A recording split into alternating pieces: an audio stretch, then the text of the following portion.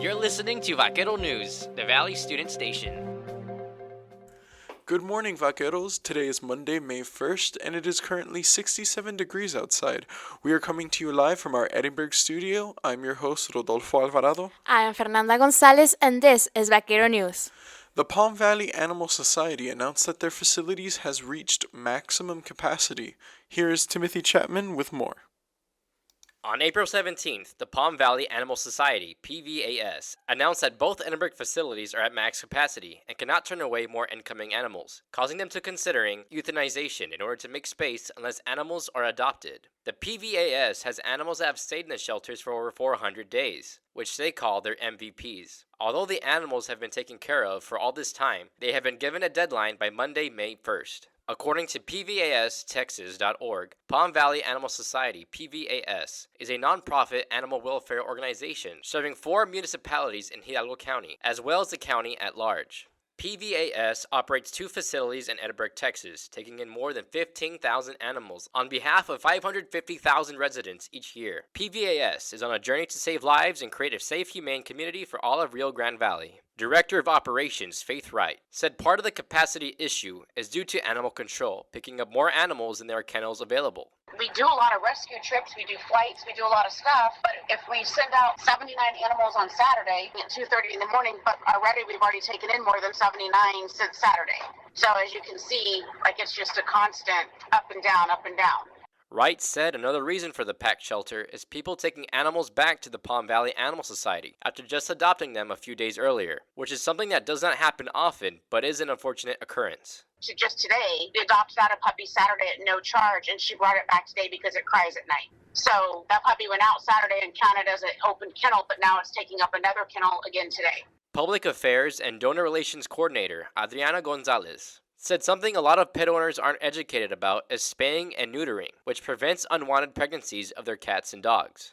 We really want to stress that spay and neutering is really important when you do adopt. We do give you a voucher for that, and we do encourage that you get it done, please, because as much as we care about our fur babies in shelter, I know our community does too, and that's one way that you can really be a lifesaver. Development Coordinator Donovan Hinojosa said the final resort to managing the max capacity issue is euthanizing animals. But there are methods that are put in place before this happens, such as pushing adoptions, rescues, and fostering. So the first thing that we do is when we start running low on space is we start pairing animals. So ideally we should have 1 animal per kennel. That would be the goal. Hinojosa said not enough people are aware of how much responsibility is needed to take care of a pet.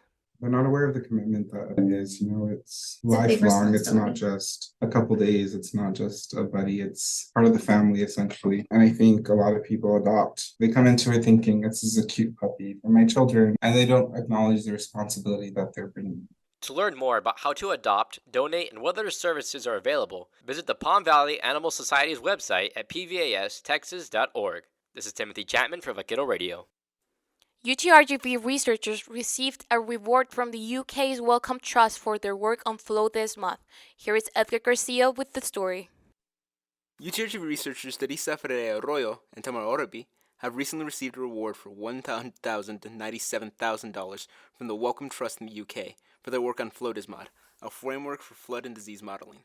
The project is used to track diseases transferred by insects across the valley. The Wellcome Trust has been looking to fund projects that work to prepare for infectious disease within climate-sensitive areas and the improvement of disease modeling. The projects cover a variety of fields from modeling tools, climate-informed mosquito-borne detection, foundation tools, and early warning systems from other methods of disease transmission, which FLODISMOD is a part of. Led by research at the University of Texas, USA, this open-source software will model floods and storm surges, particularly those occurring in the southern Texas border region, to better understand their impact on mosquito habitat, disease reporting, social vulnerability, and health risk.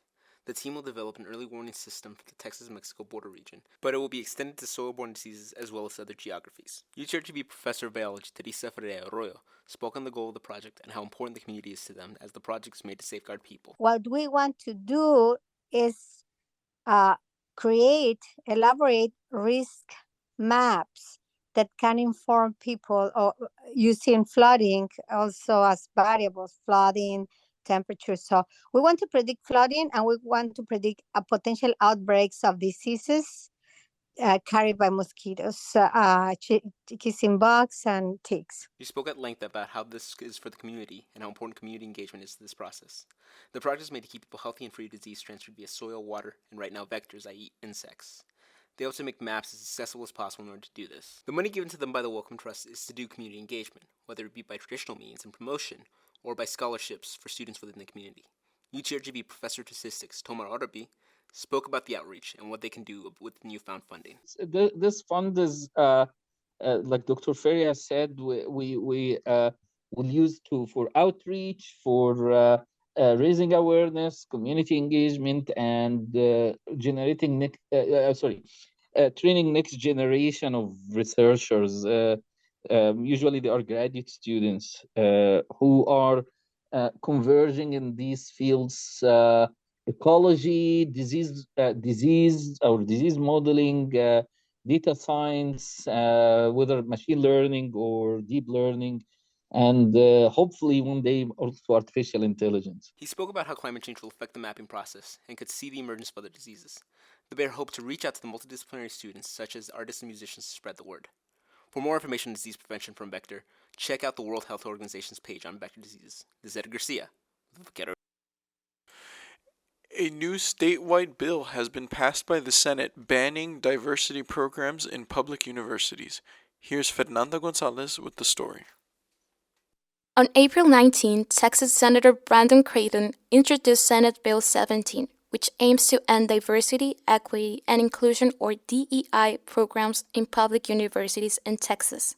The bill was passed in the Senate and moved to the House of Representatives for approval. According to Senator Creighton's press release, quote, DEI programs have become $1 million industry at taxpayer-funded institutions, yet they have made no progress advancing or increasing diversity, end quote. The bill consists of sections including specific rules regarding the prohibition of diversity, equity, and inclusion offices, and conducting training, programs, or activities designed to implement race, color, ethnicity, gender identity, or sexual orientation. Assistant Professor of the UTRGV Political Science Department, Dr. Álvaro Corral, explained his sentiment about this possible law. Corral explained that this bill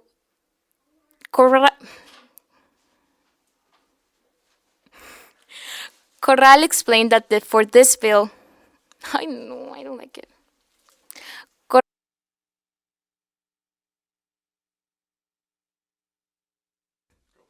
A UTRGV filmmaker is creating a movie on experiences about school shootings titled This Is Not a Drill. Here is Edgar Garcia with more. A filmmaker at UTRGV is making a movie centering the experiences of victims of school shootings.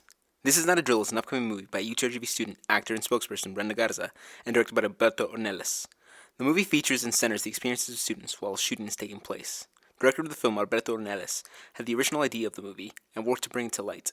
He originally intended the film to be a character study of a shooter, but was scared to bring forward a story on the subject from a victim's perspective. Originally, when I started writing it, we wanted to follow it on how broken the system was. But the more and more Brenda and I talked about it, we knew the true story was behind the kids. And the thing about it is, when you go in the direction of showing the story of the kids and the terror of the kids, you create a huge,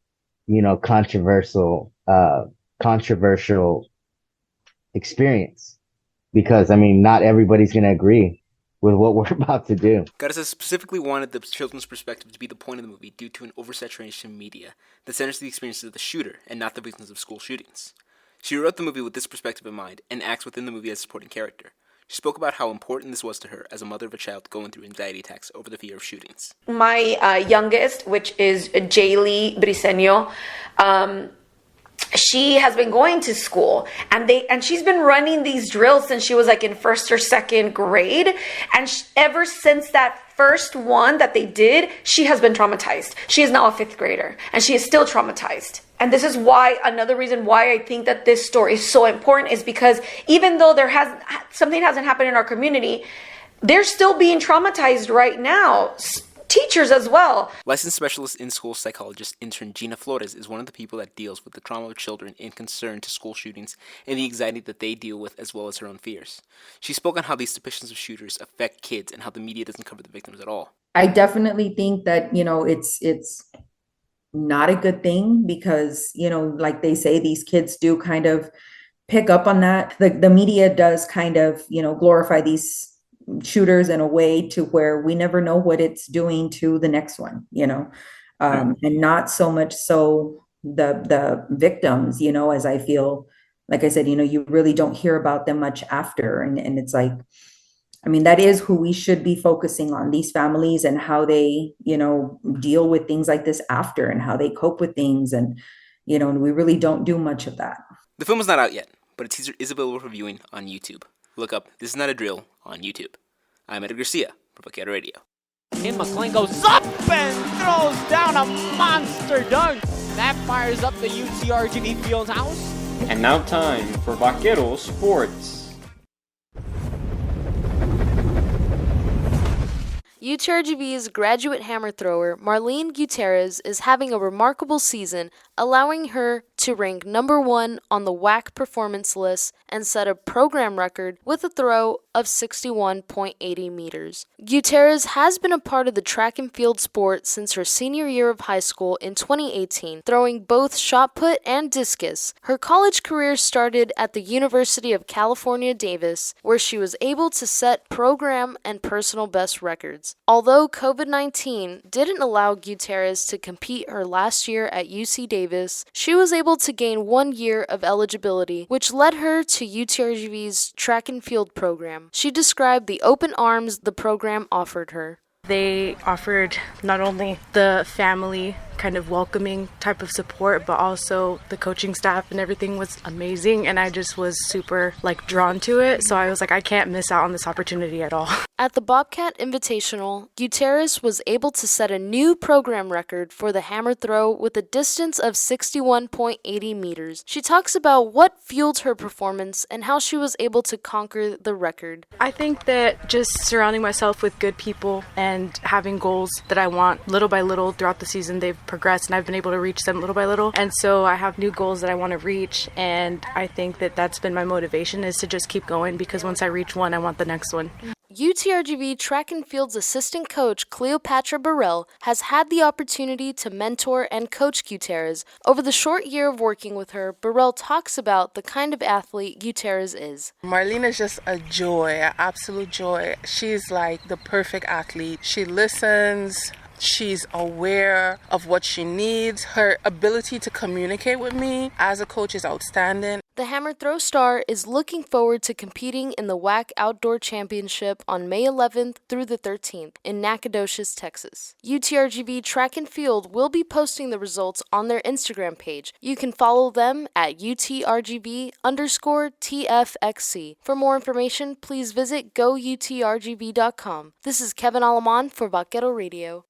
On Tuesday at 6 p.m. in Fort Worth, Texas, the baseball team will take the field against TCU. All day Friday, where the location will be determined, the men and women's tennis team will compete in the NCAA championships. That was your sports schedule for the week, and this is Kevin Alamon for Vaquero Radio.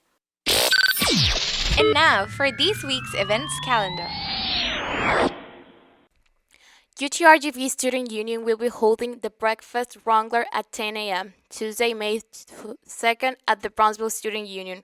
Wednesday, May 3rd at the Edinburgh Student Union. There will be free breakfast, prizes, games, and music. Texas Rising will be hosting an LGBTQ plus resource fair in the Forum 5 to 7 p.m. May 2nd at the Edinburgh Ballroom, where organizations that offer mental health, reproductive care, sexual wellness, and legal aid resources will be available for students. And those are the events for the week. Now for this week's campus weather report. Both today and Tuesday will have mostly cloudy skies, with Tuesday having a high near 86 and Wednesday with a 20% chance of showers and thunderstorms after 1 p.m. with a high near 88. Thursday will be mostly cloudy with a high near 90, and finally Friday will have a 20% chance of thunderstorms after 1 p.m. with a high near 92. That is the newscast for this week. Weekly editorial columns will be coming out every Monday where you can read about our staff's opinions on anything and everything. You can read all about them and news stories on our website, utrgvradio.com. Make sure to download the Radio FX app and listen to your favorite DJ shows by favoriting Vaquero Radio. Check out our YouTube channel so you can watch our newscasts and have the latest news from the UTRGV and the Valley. Don't forget to watch KVAQ on TV, on social media, or on VCAST monitors around campus. You can also read the Writer newspaper by picking up a copy from newsstands located around the university or on their website. From now on, our weekly newscast will also be broadcasted every Wednesday at 10 a.m.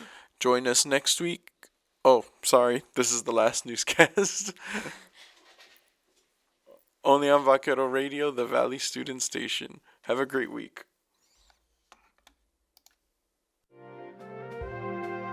This has been Vaquero News.